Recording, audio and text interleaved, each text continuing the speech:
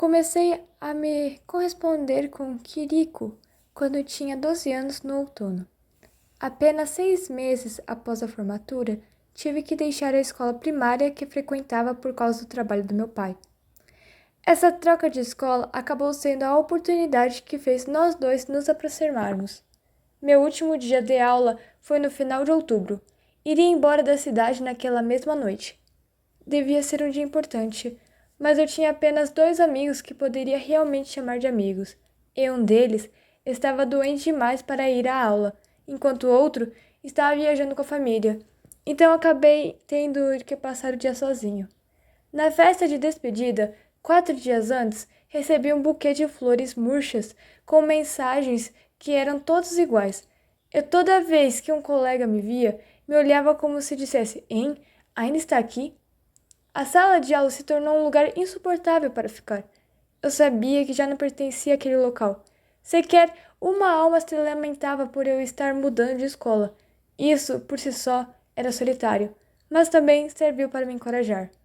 Afinal, não perderia nada com isso. Na verdade, isso me proporcionaria novas experiências e outras pessoas para conhecer. Vou me sair melhor na próxima escola, pensei. Se, no futuro, acabasse trocando de escola de novo, ao menos 2 ou 3 pessoas ficariam arrasadas com isso. Minha última aula chegou ao fim. Depois de guardar meus papéis na minha mesa, me sentindo como um garoto deixado para trás em uma sala de aula solitária, no Dia dos Namorados, fui remexer inutilmente a minha mochila. Eu não tinha maturidade o suficiente para deixar de ter esperanças de que alguém tivesse me deixado alguns amáveis mensagens de despedida. Quando estava desistindo de ter boas lembranças desse último dia, percebi que havia alguém na minha frente. Ela usava uma saia plissada azul e tinha pernas magras.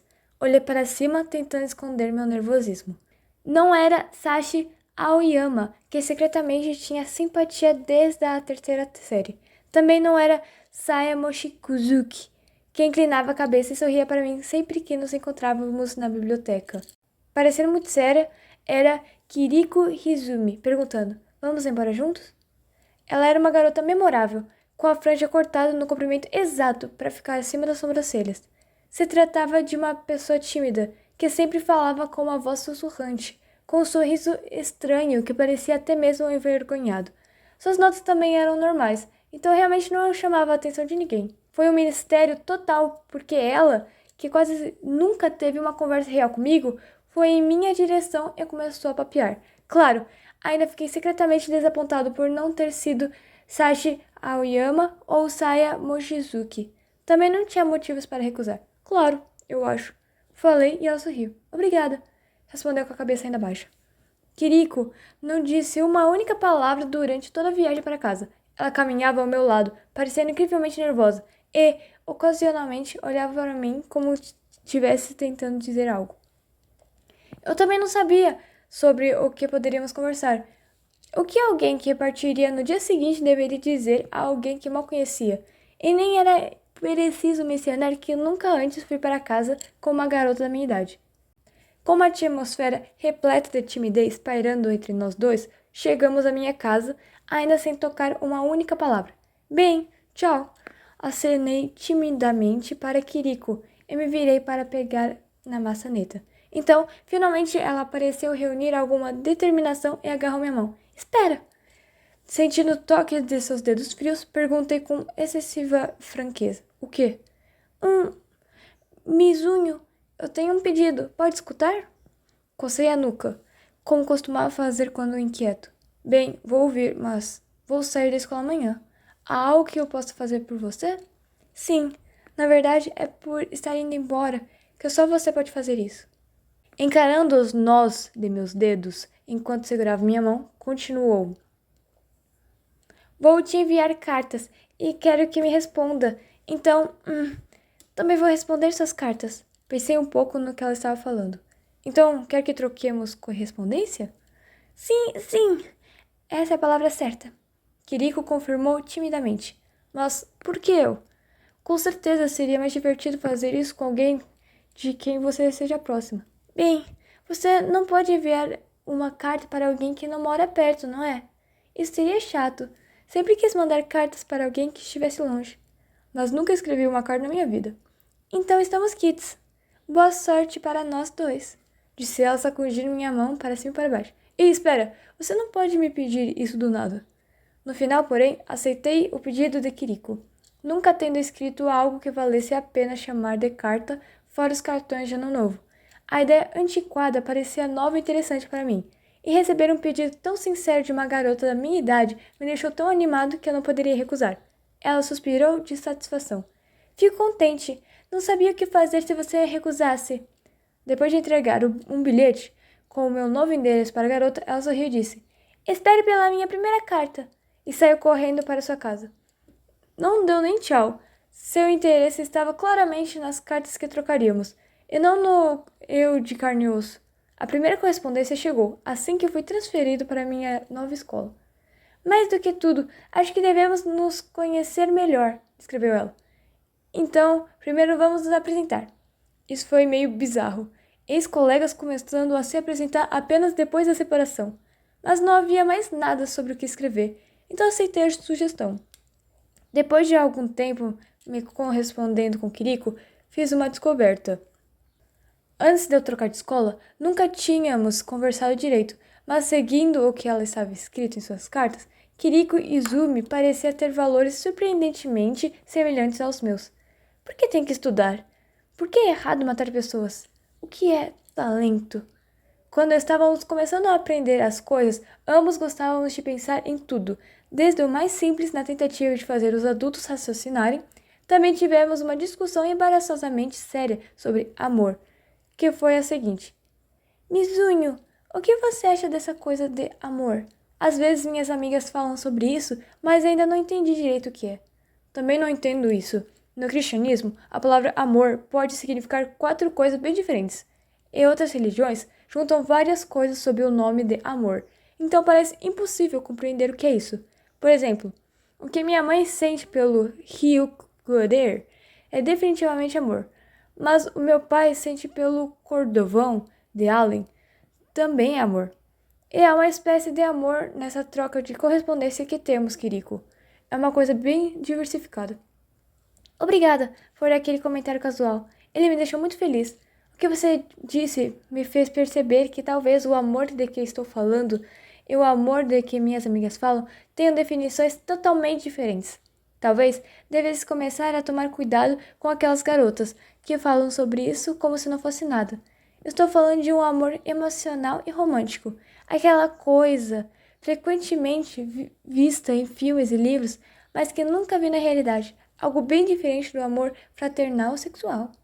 Sabe, ainda tenho minhas dúvidas sobre a existência real dessa coisa, mas se o amor de que você fala não existe, então alguém deve ter inventado isso. Essa foi uma ideia impressionante. Por eras, foi a inspiração para muitas pinturas, canções e belas histórias. Se for só invenção, então amor pode ser a maior de todas as invenções da humanidade, ou talvez a mentira mais gentil do mundo, etc. Sempre que conversávamos, nossas opiniões pareciam tão semelhantes quanto se fossem crianças separadas no nascimento. Kiriko descreveu esse milagre como parecido com uma união de classes de almas. Realmente me prendia a essa descrição, uma reunião de classe de almas. Ao mesmo tempo que o meu relacionamento com Kiriko estava se aprofundando, eu não conseguia me acostumar com a minha nova escola primária. E quando saí dela, fui para o ginásio, me tornei uma existência verdadeiramente solitária. Não tinha ninguém com quem conversar durante as aulas, no máximo trocava algumas palavras com o pessoal dos clubes, e naturalmente também não tinha ninguém com quem conversava sobre assuntos pessoais. Relativamente falando, antes dessa segunda troca de escolas, minha situação estava melhor. Para Kiriko, no entanto, parecia que tudo estava melhorando. Após ir para o ginásio, as suas cartas provaram de novo e de novo que estava tendo uma vida muito feliz. Ela me contou como fez inúmeros amigos maravilhosos, como ficava até tarde com seus amigos no clube, conversando sobre uma outra coisa, todos os dias. Como foi escolhida para o comitê exclusivo do festival cultural e poderia entrar em salas normalmente inacessíveis na escola. Como ia até o telhado escondida com seus colegas de classe e almoçava, só para depois ser repreendida pelos professores, etc. Achei que seria meio estranho enviar respostas com descrições claras de minha situação miserável, já que suas cartas eram tão cheias de vida. Não queria a preocupar e odiaria se acabasse sendo considerado um fracote. Se tivesse me aberto para ela contando os meus problemas, agora eu poderia ter sido gentil e me escutado, mas eu realmente não queria isso. Insisti em parecer bem, ao menos diante dela. Então, em vez disso, escrevi mentiras. Minhas cartas falavam de uma vida ficcional, tão perfeita e gratificante que não poderia ser superada pela dela. No começo, não era mais do que um blefe, mas aos poucos foi se tornando minha maior alegria. Acabei achando que tinha um amor pela atuação, que isso só precisava ser despertado. Deixando de lado qualquer coisa que parecesse muito implausível, escrevi sobre minha vida escolar que eu poderia imaginar, sem que isso desviasse da realidade de ser Mizuno Yagami, uma segunda vida criada apenas para essas cartas. Só quando escrevia para Kiriko é que podia me tornar em meu ideal. Na primavera, no verão, no outono e no inverno, nos dias ensolarados, nos nublados, nos chuvosos e nos nevados, escrevia cartas e colocava na caixa de correio da esquina da rua. Quando chegava uma correspondência de Kiriko, prudentemente abria o envelope, colocava-o perto do rosto, deitava-me na cama e saboreava as palavras enquanto tomava café. Uma situação assustadora surgiu 5 anos após nos tornarmos amigos de correspondência, no outono, quando eu tinha 17 anos. Quero conversar cara a cara, escreveu Kiriko. Tem coisas que simplesmente não consigo dizer pelas cartas. Quero que nos olhemos nos olhos e conversamos. Esta carta me perturbou. Claro, o desejo de vê-la em pessoa também passava pela minha mente. Adoraria ver o quanto ela mudou em 5 anos. Mas era óbvio que, se isso acontecesse, tudo que escrevi nas minhas cartas seria exposto como mentira. Mas é claro, a gentil Kiriko não iria me condenar por isso, mas eu tinha certeza de que ficaria desapontada.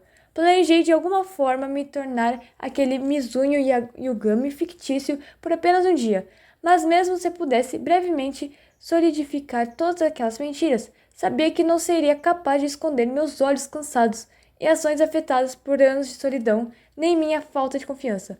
Lamentei tarde demais, por não ter apenas vivido uma vida decente o tempo todo. Ao tentar pensar em uma desculpa inteligente para recusá-la, semanas se passaram e depois um mês.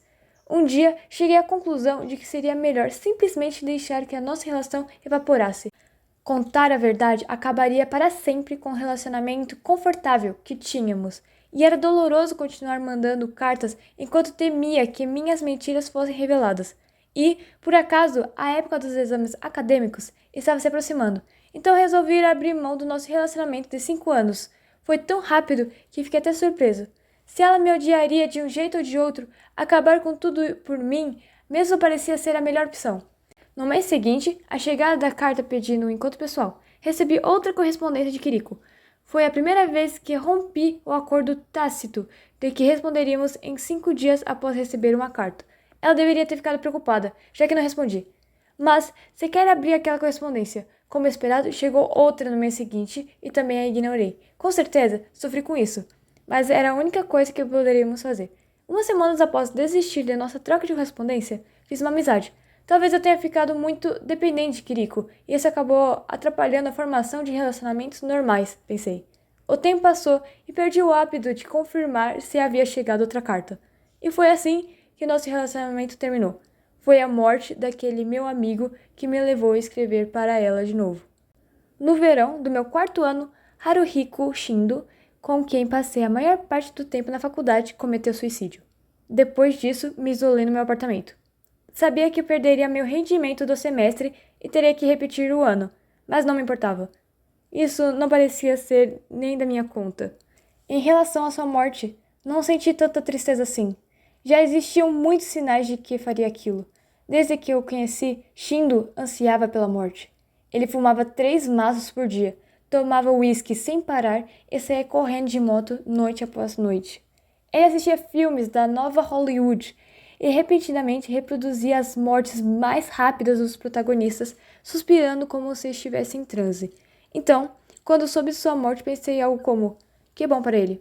Finalmente foi para onde ele queria estar. Não senti nenhum arrependimento, tampouco pensei que deveria ter sido mais legal, ou não consegui ver que ele estava sofrendo. E Shindo provavelmente nunca pensou em discutir seus problemas comigo.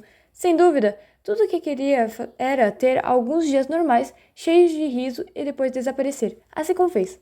O problema, entretanto, é que fiquei para trás. Meu amigo sumindo, assim acabou sendo um golpe sério em mim. Por bem ou por mal, ele era meu apoio. Era mais preguiçoso, mais desesperado e mais pessimista do que eu. Da mesma forma, sem qualquer perspectiva de vida, então tê-lo ao meu lado resultava em um imenso alívio. Eu poderia olhar para ele e dizer: se um cara assim pode viver, também tenho que fazer isso. Sua morte tomou uma das minhas bases mais importantes. Ganhei um vago pavor do mundo exterior, conseguindo sair apenas das 2 às 4 da manhã. Se eu me obrigasse a sair, meu coração começaria a bater forte e acabaria ficando tonto ou começaria a hiperventilar. Na pior das hipóteses, todo o meu corpo ficaria dormente ou com câimbras. Trancado no meu quarto, com cortinas fechadas, bebia e assistia aqueles mesmos filmes que Shindo adorava. Quando não estava fazendo isso, era por estar dormindo. Ansiava pelos dias em que sairia com Shindo, pilotando por aí. Fazíamos todos os tipos de coisas estúpidas juntos. Gastávamos moedas após moeda em jogos até tarde da noite, em que um fliperama cheirando a nicotina. Íamos para a praia à noite. Voltávamos para casa sem fazer nada. Passávamos o dia todo jogando pedras no rio. Andávamos pela cidade soprando bolhas de sabão enquanto passeávamos de moto. Mas, pensando bem, foram aqueles momentos bobos que passamos juntos que aprofundaram nossa amizade. Se fosse um relacionamento mais saudável, sua morte provavelmente não teria me trazido tanta solidão. Se ele ao menos tivesse me chamado, pensei. Se Shindo tivesse me convidado, poderíamos ter pulado de um penhasco juntos, sorrindo. Talvez ele soubesse disso, e foi por isso que ele se matou sem falar uma única palavra. As cigarras morreram, as árvores ficaram vermelhas, o outono chegou. Já era o final de outubro, e de repente me lembrei de uma conversa bastante esquecível que tive com Shindo. Foi em uma tarde ensolarada de julho. Estávamos em um quarto úmido, bebendo e conversando um com o outro. Havia uma montanha de bitucas de cigarros no cinzeiro, que parecia que ia desabar com um único toque. Então coloquei latas vazias ao lado dela, perfeitamente alinhadas como pinos de boliche. Nossos ouvidos doíam com o zumbido das cigarras infestando o poste de luz, perto da janela. Shindo agarrou uma das latinhas que foi até a varanda e jogou nas cigarras. Ele errou o alvo completamente, e aquilo caiu na rua fazendo um estrondo. Com isso, praguejou. Quando voltou para pegar uma segunda lata, as cigarras voaram. Pareciam até que queriam ridicularizá-lo. Ah, é? Disse parando ali com a lata na mão. Você não deveria checar se já aceitaram sua inscrição? Adivinha só, respondi. Rejeitado? Aham. Que alívio, disse Shindo suspirando após também não ter recebido nenhuma oferta de emprego. Já tentou outro lugar? Não, não fiz nada. Vou procurar só nas férias de verão. Férias? Parece uma boa. Acho que vou fazer a mesma coisa. Estava passando um jogo de beisebol de uma escola do ensino médio na TV. Os jogadores, 4 ou 5 anos mais novos do que nós, recebiam aplausos. Já estavam no final do 7º tempo e nenhuma das duas equipes tinha marcado pontos. Esta é uma pergunta estranha, comecei. Mas quando você era criança, Shindo, o que queria ser? Professor do ensino médio. Já falei isso um bocado de vezes. Ah, sim. Acho que sim. Mas e agora? Tentar ser um professor me parece tão plausível quanto um cara só com um braço tentando virar pianista. Shindo falou a verdade. Ele definitivamente não parecia alguém adequado para ser professor. E ainda assim, não faço ideia de qual ocupação seria adequada para ele. Acho que ele já era ótimo professor no sentido de ensinar as pessoas como não deveriam acabar. Mas, partindo disso, ser um mau exemplo não parecia ser uma ocupação válida. Mas pode até existir algum pianista com braços só, supus. É, talvez. Mas e aí? O que você queria ser? Nunca quis ser nada. Mentiroso. Falou num tom acusatório, cutucando meu ombro. Os adultos sempre fazem as crianças, ao menos, pensarem que têm sonhos. Mas é verdade. A torcida na TV começou a vibrar. Parecia que finalmente tinha acontecido algo no jogo. A bola bateu no alambrado e o defensor externo saiu desesperado para pegá-la. O corredor da segunda base já tinha chegado na terceira. E o Interbase desistiu de lançar para a base principal. Conseguimos um ponto! Exclamou o comentador. Ei, no ensino médio, você não foi no time de beisebol? E era até conhecido pelo seu arremesso, não era? Ouvi isso de um amigo do ensino médio, um canhoto chamado Yugami. Era só um secundarista, mas podia fazer uns arremessos precisos virado de um diabo. É, acho que era eu. Bem, eu conseguia controlar bem os meus arremessos, mas saí do time no outono daquele ano. Sofreu uma lesão ou o quê? Não, na verdade é uma história meio estranha. No verão do meu segundo ano, no dia em que vencemos as semifinais, nas preliminares na prefeitura, eu meio que virei um herói. Não quero me gabar, mas foi como se tivesse ganho o jogo sozinho.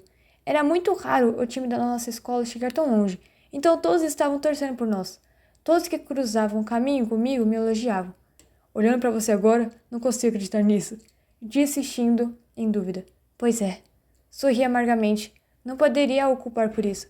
Até eu ficaria incrédulo toda vez que pensava nisso. Apesar de não ter feito muitos amigos na escola, dificilmente me destacar. Naquele dia, virei um herói. Foi uma sensação incrível, mas, naquela noite, quando me deitei na cama e pensei em tudo, só consegui sentir vergonha. Vergonha? É, fiquei com vergonha de mim mesmo. Fiquei tipo, por que acho que estou ficando tão feliz? Mas não há nada de errado nisso. Qualquer um ficaria feliz depois daquilo. Acho que sim. Ele estava certo. Não havia uma única razão para não ter ficado exaltante. Eu devia só ter aceitado isso. Mas algo das profundezas da minha mente negou esse direito. Meu humor ficou arruinado, assim como um balão cheio perdendo todo o ar. De qualquer forma, assim que aquilo aconteceu, tudo começou a parecer ridículo aos meus olhos e pensei, não quero mais me envergonhar. Então, 2 dias depois, no dia das finais, peguei o trem da manhã e fui para o cinema. Fui fazer outras coisas e acabei assistindo 4 filmes seguidos. Lembro que o ar-condicionado me deixou com tanto frio que fiquei esfregando os braços o tempo todo. Shindo riu com vontade. Você é idiota ou o quê? Um grande idiota.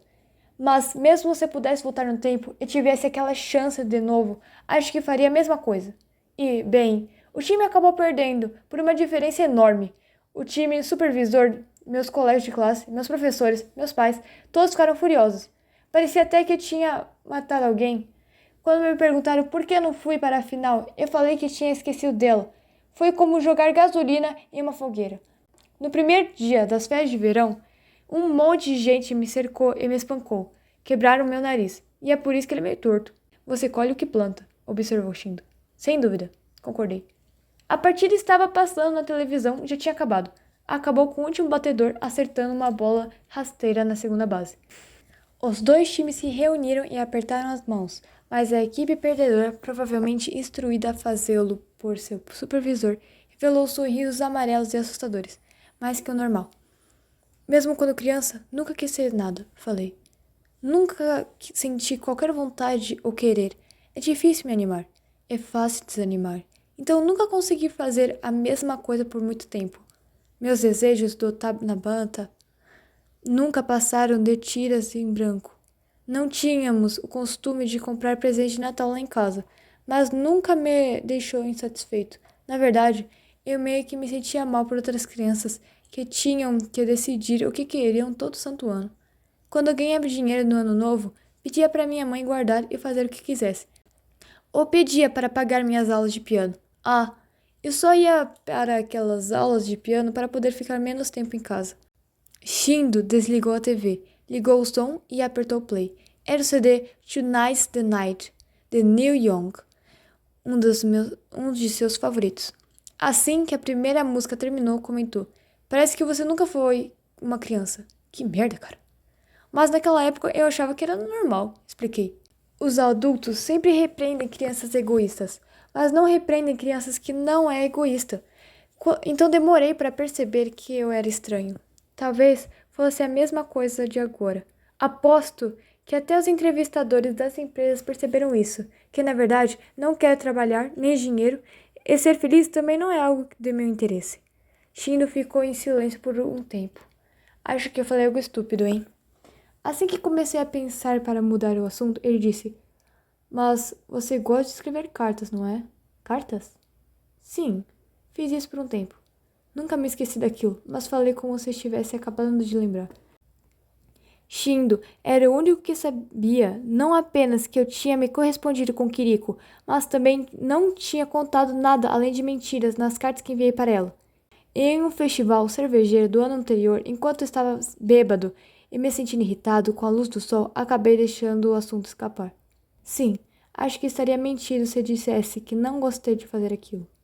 E como que aquela garota se chamava mesmo? Kiriko Hizumi. Certo, Kiriko Hizumi. Foi com ela que você cortou todo o contato. Pobre garota.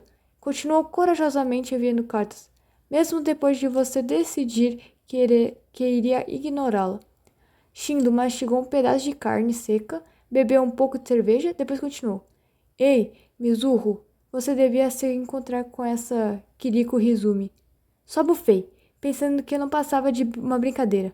Mas seus olhos estavam definitivamente sérios, demonstrando a convicção de que essa era a ideia mais brilhante que teve em sua vida. Devia me encontrar com Kiriko, hein? Falei sarcasticamente. E depois me desculpar pelo que eu fiz há 5 anos? E dizer, perdoe este pobre mentiroso? Shindo balançou a cabeça. Não foi isso que eu quis dizer. Não importa se você escreveu foi uma mentira ou não. Porque aquela mistura de almas que você mencionou não era qualquer pessoa que consegue sentir algo assim. Você e essa garota podem ser muito compatíveis. Então, tenha um pouco de confiança. Digo, olha para os seus nomes. É o destino.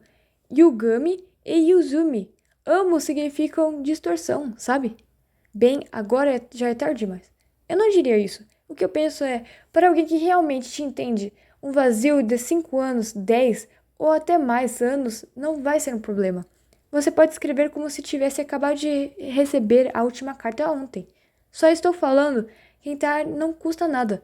É só para ver se essa Kiriko Hizumi não é do mesmo tipo de pessoa que você. Isso pode até ajudar com seus problemas de não querer nada. Não lembro nem como respondi aquilo, mas tenho certeza de que foi uma resposta vaga que matou a conversa. Vou me encontrar com Kiriko, me decidi. Queria honrar o desejo de Shindo, até por ter começado a ficar ainda mais solitário após perder meu amigo, meu único melhor amigo. Mas, mais importante, fui empurrado adiante pela dura percepção de que as pessoas de quem gostava não viveriam para sempre só por mim. Reunindo toda a minha coragem, saí e dirigi até a casa dos meus pais. Peguei a lata retangular de biscoitos do armário do meu quarto e organizei as cartas de Kiriko no chão, seguindo a ordem cronológica. Mas, por mais que tenha procurado, não consegui encontrar aquelas últimas que recebi, as que eu nunca abri. Fiquei me perguntando onde estariam. Sentindo o cheiro nostálgico do meu quarto, reli as correspondências, uma a uma. Ao longo de 5 anos, trocamos 102 cartas. Comecei da última para a primeira. Quando terminei de ler a primeira carta que ela enviou, o sol já havia se posto. Comprei papéis e envelopes. Voltei para meu apartamento e escrevi uma carta. Minhas mãos ainda lembravam como eu escrevi o endereço dela. Parecia até algo como memória muscular. Havia muito que eu queria dizer, mas sentindo que seria melhor falar tudo pessoalmente, tornei a carta breve. Sinto muito por quebrar nosso contato de 5 anos. Escondi muitas coisas de você. Se estiver disposta a me encontrar, venha ao parque, no dia 26 de outubro. É aquele parque infantil que ficava no caminho para minha escola primária. Ficarei esperando por lá durante o dia todo. Com essas poucas frases, coloquei a caixa no correio. Não criei nenhuma expectativa. Eu pretendia continuar assim.